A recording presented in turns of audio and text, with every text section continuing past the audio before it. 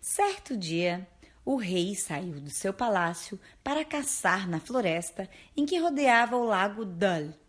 Em pleno mato, se depara com uma jovem formosíssima sentada à sombra de uma árvore. Ela estava derramada em lágrimas. Ele, o rei, foi instantaneamente tocado por seus encantos e perguntou o que lhe causara tanto mal. A jovem respondeu que fora criada pessoal do imperador chinês, mas se perdera da sua comitiva. Assegurando que não a deixaria abandonada na floresta, o rei ordena que seus servos a conduzam à capital, onde ficaria instalada no palácio durante todo o verão.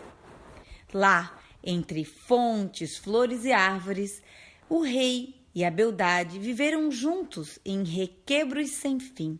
O rei ficou perdidamente enamorado, que esqueceu o mundo exterior e até seu próprio reino.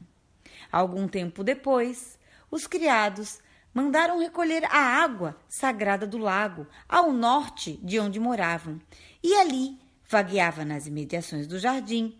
Por sobre os muros se avistou uma fonte resplandecente de luz de sol.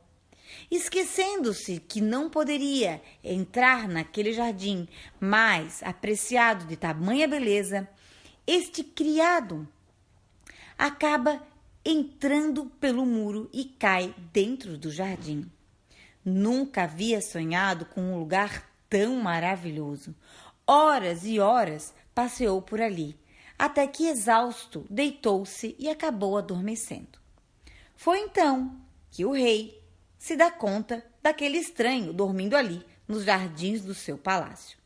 A princípio ficou espantado com a presença inesperada de um estranho em seu jardim e viu que ele dormia abraçado em uma caixa azul. De mansinho, ele tenta recolher a caixa para examiná-la. O criado, no entanto, desperta-se e, dando falta-se da sua caixa, começa a buscar e chamar por ela. O rei, com a caixa na mão, diz: prometo devolvê-la caso você me conte o que há de tão precioso dentro desta caixa.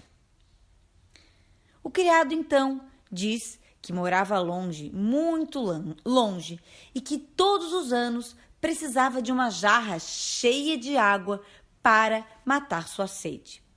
Assim, ele recebia essa caixinha que vinha com um perfume e que tornava a jornada segura e encurtava o caminho, que ele nunca ficava sem água quando necessitasse.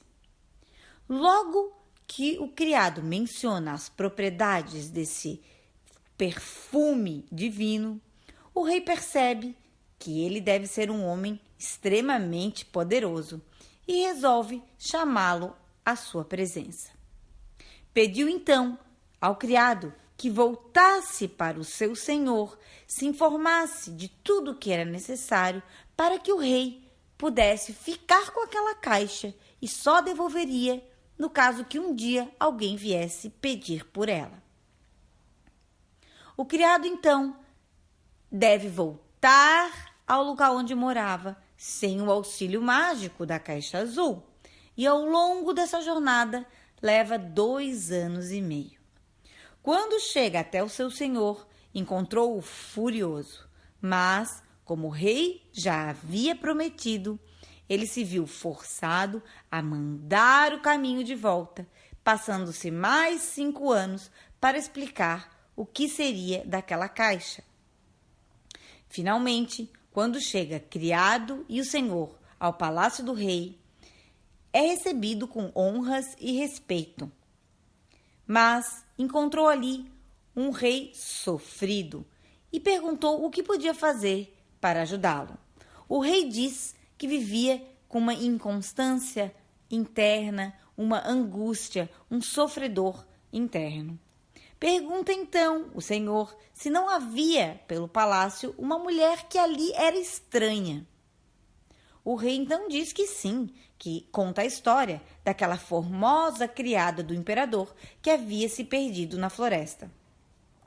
Imediatamente o senhor percebe que não são boas palavras e que percebe que o rei estava escravo daquela desconhecida. E sem hesitar, pergunta como poderiam se livrar daquela mulher, porque em verdade ela deveria ser uma mulher serpente, uma cobra com mais de 200 anos de idade que tinha o poder de transformar-se em mulher. O rei inicialmente não acredita nessa história, já que há tantos anos vivia de requebros e de amores por ela. Mas estava se sentindo infeliz e pede a esse senhor, o dono dessa caixa, que o auxilie, então, a descobrir a verdade. O rei e a criada do imperador, a estrangeira chinesa, comiam sempre do mesmo prato, mas desta vez o rei ordena que coloquem em metade do prato bastante sal. Assim, ele vem a comer a parte que não estava salgada e a jovem come a parte que estava muito salgada. Mas como viu que o rei não reclamava, comeu também. Naquela noite, quando dormiam a estrangeira e o rei abraçados, ela estava consumida pela sede. Sabia que se quisesse sair à noite, só poderia ser em forma de serpente. Então, supondo que o rei estava adormecido, ela se transforma no réptil peçonhento e serpenteia para fora do quarto. O rei então a segue e a viu beber das fontes do jardim e depois até o lago, ali onde se banhou e bebeu até o amanhecer, quando reassumiu a delicada forma humana e corre de volta ao palácio. Horrorizado, o rei então pergunta como pode se livrar daquela criatura. O sábio então diz que ele deve mandar construir um grande forno com 100 tipos de metal, com porta fechada e cadeada, com presas que fiquem agarradas ao chão.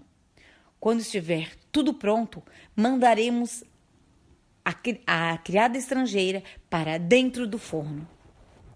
Então, o rei convida a criada para juntos fabricarem um pão e, sem que ela perceba, empurra ela para dentro do forno e tranca a porta. O rei põe lenha no fogo e faz o forno ficar vermelho. Dali se escutam barulhos horrendos e começa a ferver por horas e horas. Quando a porta se abre, se vê um monte de cinzas e uma pequena pedra. Aquela pedra era a essência da mulher serpente e tudo que transformasse, tudo que alguém tocasse nesta pedra, com esta pedra se transformaria em ouro. Mas o rei, declarando que uma posse dessas só provocaria disputas, raiva e ódio, jogou a pedra no rio Indo, aonde ela está lá até hoje. A famosa pedra que transforma tudo em ouro. Om.